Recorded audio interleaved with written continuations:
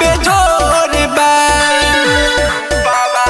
ए मोना सुना ना, बारू खूबसूरत मोना कही ना जोर बा।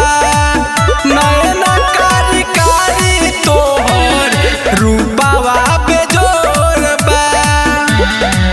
हम जिंदगी भरला तोहरे नुबैन भइल बानी, तोहर फैन भइल बानी, तोहर फैन भइल बानी।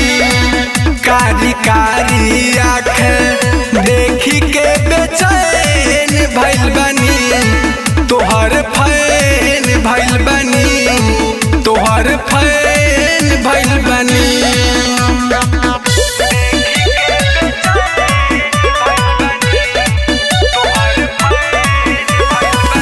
राइटर मिठाई लाल देखी बाटे पागलाइल, रंजन रंगीला कहे दिल बाटे आइल।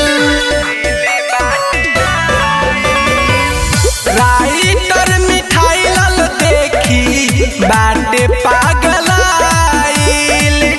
रंजन रंगीला कहे दिल बाटे भानु प्रताप कहे नैन हम बेचैन भइल बानी, तोहर फैन भइल बानी, तोहर फैन भइल बानी।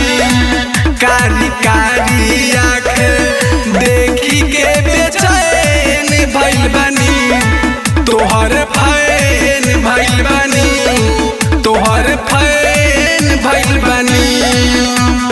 मनोकामना स्टूडियो मोतिहारी।